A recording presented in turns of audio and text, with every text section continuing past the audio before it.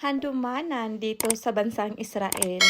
So ganito po ang aking trabaho araw-araw. Pagkatapos kong mag-breakfast, pagkatapos din kumain ng aking alaga at maghugas ng plato. So ngayon, dahil tapos na ako sa kanya, so ngayon, nakaupo na siya dyan. Nakita niyo ba yan? So ngayon, ang gagawin ko naman ay magva-vacuum ako. Dahil araw-araw nagva-vacuum talaga ako sa bahay. Dahil hindi pwedeng maraming alikabok dahil ang aking alaga ay asthmatic siya.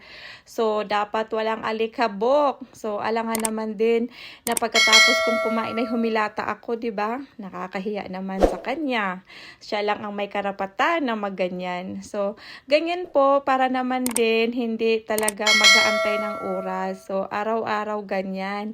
Naglilinis, nagpupunas, pero hindi rin madali dahil pag ang alaga mo ay makulit, ay talagang wala ka rin magawa. So, habang nakikinig siya ng music, ako naman ay nagva-vacuum. Ganito po lagi ang ginagawa ko. Pero anyway, masaya naman siya. Kaysa naman hindi ka rin gagalaw, mahirap din pag lagi ka lang nakaupo. Mahirap naman din kung hindi ka, yun, parang ito na yung pinaka-exercise mo araw-araw. Mainit ngayon dito sa bansang Israel dahil summer.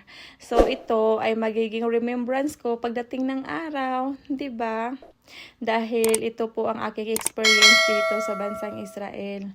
At saka, hindi naman mabigat din dahil ito na nga, napaka-high-tech na ngayon ng panahon, di ba?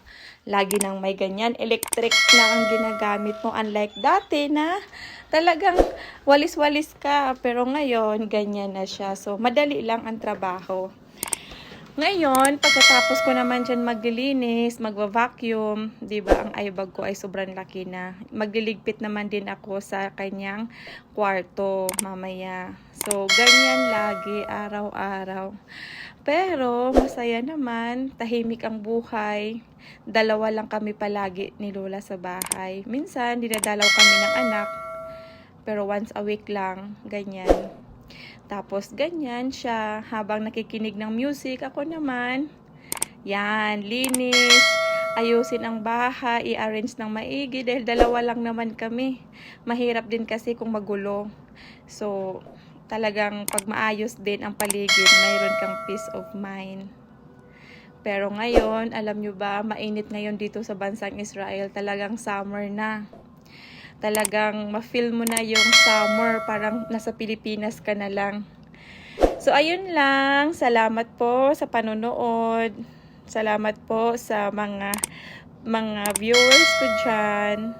Nag-i-enjoy lang po ako habang ginagawa ko ito. So, ayun lang. Bye-bye sa ngayon. Tas mamaya na naman sa kwarto ako. Thank you, guys. Tapos, magla-lunch na din kami ng alaga ko mamaya. Siya lang. Yun lang. Bye-bye.